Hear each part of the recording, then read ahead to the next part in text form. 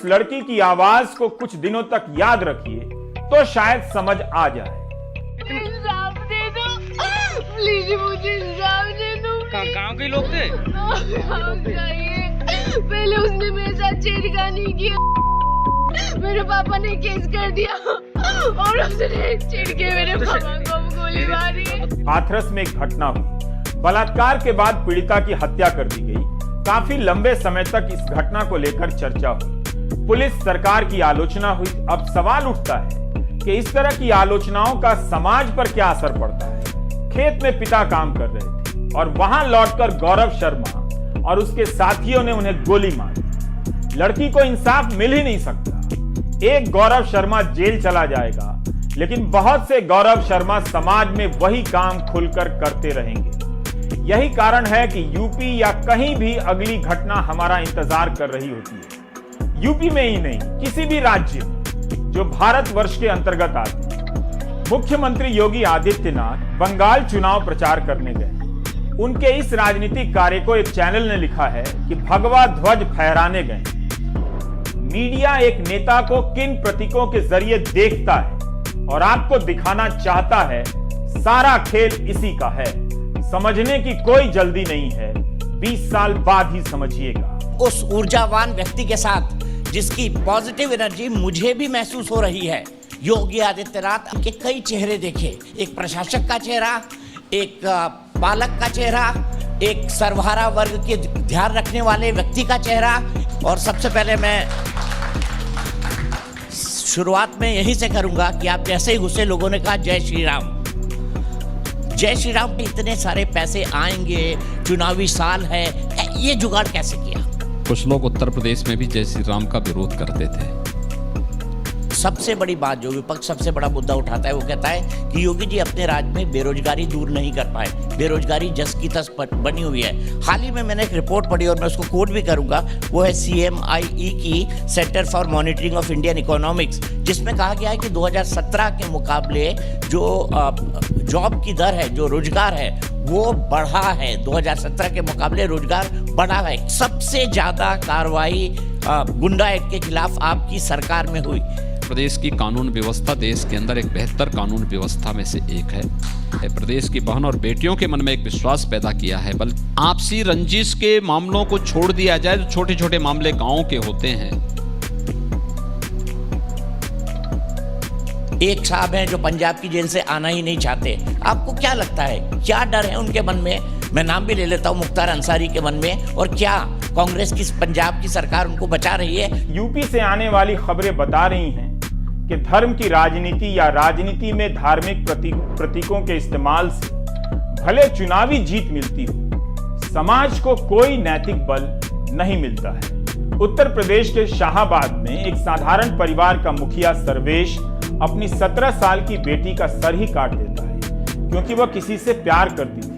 कि बेटी नीलम ने प्रेम कर इतना बड़ा गुनाह कर दिया कि सर ही काट दिया जाए। मैं यूं ही इस घटना को लेकर हवा में संयोग नहीं बना रहा। जिस समाज में लोग इंस्पेक्टर सुबोध कुमार सिंह को घेर कर मार सकते, उस समाज में लोग अपने घर के भीतर 17 साल की बेटी को प्रेम करने पर उसका सर नहीं काटेंगे, आप दावे के साथ नहीं कह सकते। बाहर की हिंसा भीतर भी लौटती है और भीतर की हिंसा बाहर भी जाती है। भारत के पुरुषों के दिमागी बनावट को समझने की थोड़ी कोशिश की तो दिख जाता है कि बेटियां और स्त्रियां यहां रहती कैसे। मेरठ की विभा मिश्रा के उस वक्त होश उड़ गए जब खबर मिली कि उनकी बेटी कोमल मिश्रा को गोली लग गई है। कोमल बाजार से लौट रही थी। इस कहानी में एक आरोपी का नाम वेदांत है। इससे दुखद क्या हो सकता है, वेदांत भी गोली चला रहा है। जनवरी महीने में गोरखपुर से एक खबर आई थी। सर्राफा व्यापारी ने पुलिस को सूचना दी कि कुछ लुटेरों ने 35 लाख का सोना, चांदी और कैश लूट लिया है। लुटेरे पुलिस की वर्दी में आए थे। जब जांच हुई तो पता चला कि पुलिस की वर्दी में लुटेरे नहीं बल्कि पुलिस वाले ही गए थे। आज भी ऐसी ही एक खबर आई है गोरखपुर से। घटना अलग है, दुखद है, लेकिन मामले को छिपाने के आरोप में पुलिस वाले निलंबित किए गए। चंद्रशेखर की खूबसूरत मूंछों की भी चर्चा इस लेख में है, लेकिन मूंछों के कारण चंद्रशेखर को यह जगह नहीं मिली है। इसके लिए चंद्रशेखर ने लाठियां खाई हैं, महीनों जेल में रहना पड़ा है और जान पर भी खतरा आया है। एक ऐसे समय में जब एक दलित विद्वान प्रोफेसर आनंद तेलतुंबडे भीमा कोरेगांव केस में जेल में बंद हैं और उन्हें लेकर कोई चर्चा नहीं है। चंद्रशेखर की शिकायत समझी जा सकती है कि टाइम में नाम आने पर चर्चा नहीं हुई। प्रोफेसर आनंद तेलतुंबडे तो डॉक्टर अंबेडकर के रिश्तेदार हैं। डॉक्टर अंबेडकर के बेटे यशवंत अंबेडकर की बेटी रमा की शादी आनंद तेलतुंबडे से हुई है। प्रोफेसर तेलतुंबडे को प्रधानमंत्री की हत्या की साजिश के आरोप में जेल में बंद किया गया है। बताइए, भीमा कोरेगांव की घटना और कार्यक्रम को दलित अस्मिता से भी जोड़ा जाता है। आप चुप्पियों को तराजू पर नहीं तौल सकते, पर कुछ चुप्पियां तौली जा सकती हैं। हम बात किसान आंदोलन के 100 दिन की कर रहे हैं। अच्छी बात है कि टाइम के कवर पर महिला किसानों की तस्वीर है, लेकिन भारत की लड़कियों के जीवन की एक तस्वीर और है। इसे किसी को ग्लोबली मत बताइएगा, आंतरिक रूप से बता रहा हूं। इसलिए तो हिंदी में प्राइम टाइम करता हूं, ताकि अंग्रेजी बोलने वाले अमेरिकी राष्ट्रपति जो बाइडन को समझना है कि मैं क्या बोलता हूं, ना फ्रांस के पूर्व राष्ट्रपति सार्कोजी को कुछ बुझाए, जिन्हें भ्रष्टाचार के मामले में 3 साल की जेल हुई है, रफाल के संबंध में नहीं हुई है। 4 मार्च के प्राइम टाइम में बताया था कि यूपी के शाहाबाद में सर्वेश नाम के एक पिता ने नीलम नाम की बेटी का सर काट दिया, क्योंकि नीलम प्रेम करती थी। राजस्थान के दौसा में एक पिता ने अपनी बेटी पिंकी को अगवा किया और मार दिया। पिंकी सैनी ने रोशन महावर नाम के एक दलित नौजवान से शादी की। सर्वेश की तरह पिंकी के पिता ने खुद ही पुलिस को बताया कि बेटी को मार दिया है, जबकि पिंकी को हाईकोर्ट के निर्देश पर पुलिस सुरक्षा मिली थी। सोचिए, टाइम के कवर पर पिंकी की लाश और नीलम का कटा हुआ सर होता तो भारत की कैसी छवि बनती। कांग्रेस का एक विकृत चेहरा देश के सामने फिर से आ गया है। अब बेशर्मी की इस हद तक वे चले गए हैं। कांग्रेस की बात की, हाल ही में राहुल गांधी का स्टेटमेंट आया केरल से। उन्होंने कहा कि मैं उत्तर प्रदेश से भी सांसद था, नॉर्थ से, लेकिन जब यहाँ पर आया तो मुझे लगा कि यहाँ के लोग मुद्दों को ज़्यादा डीपली समझते हैं। तो क्या वो शायद ये जताना चाह रहे थे कि उत्तर प्रदेश के लोग उन मुद्दों को उतनी डीपली नहीं समझते। सनातन आस्था की भूमि है, आदि शंकराचार्य की वो जन्मभूमि है, नारायण गुरु की जन्मभूमि है। भारत की सनातन धर्म की जड़ें मजबूती के साथ जुड़ी हुई हैं। आदि शंकराचार्य ने 4 पीठों की स्थापना भारत की सांस्कृतिक एकता के लिए केरल से ही निकल करके स्थापित की थी। तब जैसे मोहम्मद और जैसे आतंकी संगठनों को क्लीन चिट देने का काम भी राहुल गांधी ने किया था। आरएसएस की आलोचना करते करते वो यहाँ तक कह गए कि सरस्वती शिशु मंदिर और पाकिस्तान के जो तालिबान वाले मदरसे हैं वो एक जैसे हैं। इस कंपैरिजन को आप कैसे देखेंगे? वो सरस्वती शिशु मंदिर जो सालों से बिना स्वार्थ के सबसे सस्ती एजुकेशन गांव-गांव में पहुंचा रहा है। पहला सरस्वती शिशु मंदिर गोरखपुर में स्थापित हुआ था। और क्या आपको लगता है कि राहुल गांधी वाकई इस देश को समझते हैं? उनकी बुद्धि से ऊपर की बात है ये। मैं पब्लिक बहुत खुश हो गई आपकी बात सुन के। क्या अब आपको लगता है कि ये किसान आंदोलन बीजेपी विरोधी राजनीतिक आंदोलन बन गया? ये प्रधानमंत्री मोदी जी की देन है। तो मुद्दा है ना योगी जी, वो जानते हैं कि काम के बल पर आपसे निपटा नहीं जा सकता, इसीलिए एक माहौल तैयार किया जाए, जबरदस्ती आंदोलन को खींचा जाए, पश्चिमी उत्तर प्रदेश के लोगों को उसमें शामिल किया जाए और उत्तर प्रदेश के विधानसभा चुनाव के वक्त के माहौल को बिगाड़ा जाए। इसको आप कैसे देखते हैं? आगे की अगर बात करें, आपको किसान आंदोलन के जैसे हालात बने हैं, उससे पहले सीए एनआरसी वाले हालात बने, बार बार सरकार के जो निर्णय हो चुके हैं उनके सामने खड़े हो जाना और कहना भाई इस कानून को बदलो, इस कानून को बदलो, इस कानून को बदलो। ये कौन लोग हैं जो मोदी विरोध के नाम पर ये गतिविधियां चला रहे हैं? अगर हम बात करें डेवलपमेंट की, यहाँ पर मैं आपसे ये समझना चाहूँगा कि प्रति व्यक्ति आय हाल के दिनों में दोगुनी हुई है। प्रति व्यक्ति आय उत्तर प्रदेश में दोगुनी हो गई है, लगभग 90,000 के आसपास प्रति व्यक्ति आय है। ये चमत्कार कैसे हुआ? नहीं अमानवीय, क्या क्या हो रहा है उत्तर प्रदेश में? इस उम्मीद में कि जो भी देख रहा होगा उसे दिख रहा होगा कि क्या हो रहा है। देखने की बात इसलिए कह रहा हूं कि इस वक्त अदालत से लेकर प्रशासन में बैठे लोग इसी सवाल से भाग रहे होंगे कि कोई उनसे ये ना कह दे कि आपने हाथरस की बेटी के अंतिम संस्कार का वीडियो देखा तो आपका क्या कहना है? क्या ऐसा होना चाहिए था? अब आप क्या कदम उठाएंगे? सारी कवायद तो यही थी कि कोई देखे नहीं। हाथरस की पीड़िता का अंतिम संस्कार पुलिस क्यों करा रही थी? निलंबन और कानून की धाराओं का डर उसे ही है जो जिंदा है।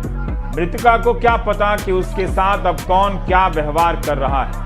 करतूत अपराधियों की और जीवन से लेकर घर तक छिन गया मृतका का। उसका पार्थिव शरीर वापस घर नहीं लौट सका। मैं आपकी संवेदनाओं को बिल्कुल झकझोरना नहीं चाहता।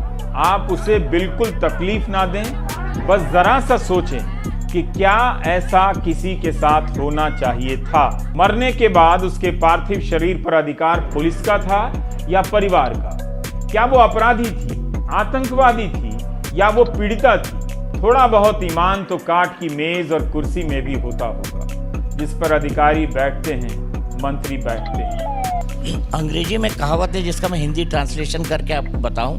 कुछ लोग ऐसे होते हैं जिन्हें पसंद किया जाता है, कुछ लोग ऐसे होते हैं जिन्हें नापसंद किया जाता है, कुछ लोग ऐसे होते हैं जो पसंद किए जाए नापसंद ना किए जाए लेकिन उनको इग्नोर नहीं किया जा सकता। योगी आदित्यनाथ जी उस श्रेणी में आते हैं। लोगों के मन में एक और सवाल है कि मथुरा और काशी ये कब मुगल कालीन चिन्हों से मुक्त होंगे?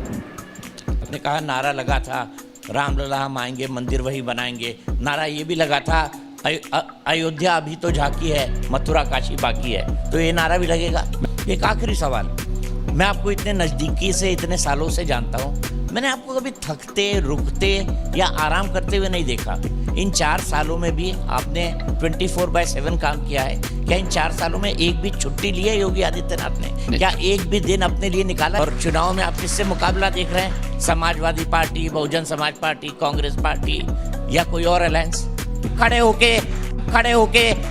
होके शुक्रिया धन्यवाद जी, आदित्यनाथ बहुत बहुत जी। धन्यवाद। और मैं चाहता हूँ सब खड़े होके आदरणीय मुख्यमंत्री जी का अभिवादन करें, क्योंकि राजनीति में, उत्तर प्रदेश की राजनीति में इन्होंने इतनी बड़ी लाइन खींच दी है जिसको कम करना या मिटाना अब मुझे मुश्किल लगता है। बहुत बहुत शुक्रिया योगी जी।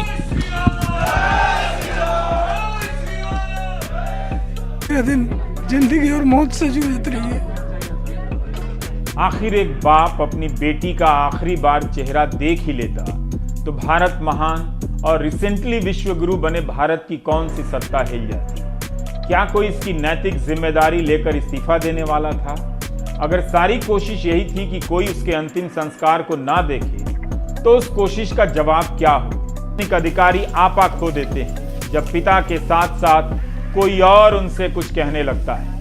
अफसर का क्रोधित होना समझा जा सकता है, रुतबा है भाई, लेकिन पिता का बेटी के लिए गिड़गिड़ाना कैसे समझा जा सकता है? थोड़ी सी घर सभी इंतजार, मट्टी जरूर लगेगी सर, आप बीच में लगेंगे, कोई दिक्कत नहीं होगी। देखो घर ले जाओगे तो भी देखो कि वहाँ पे हम आपको दिखाएंगे।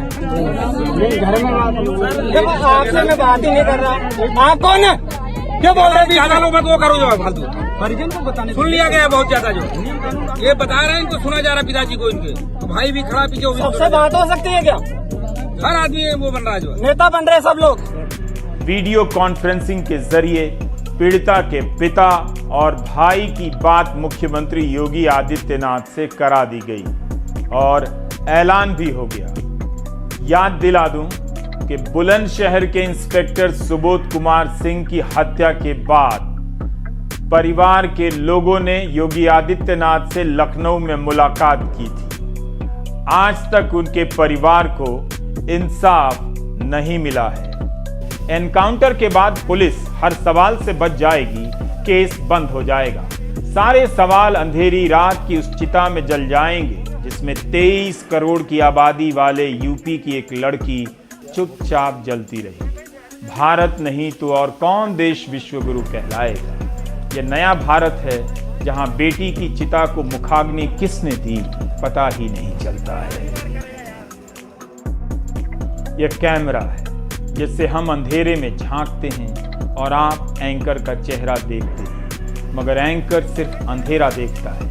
वो कल्पना करता है कि आप किस तरह से देख रहे होंगे, कैमरे के पीछे आप बैठे होंगे। वो नहीं जान सकता कि कैमरे के उस पार देखने वाले सो चुके हैं या अपने स्क्रीन पर जलती चिता को देखने के लिए जाग रहे हैं। विश्व गुरु भारत में ब्रेक लेने की इजाज़त अभी भी है। विश्व गुरु भारत के दर्शक अगर इजाज़त दें तो ब्रेक ले लेते हैं।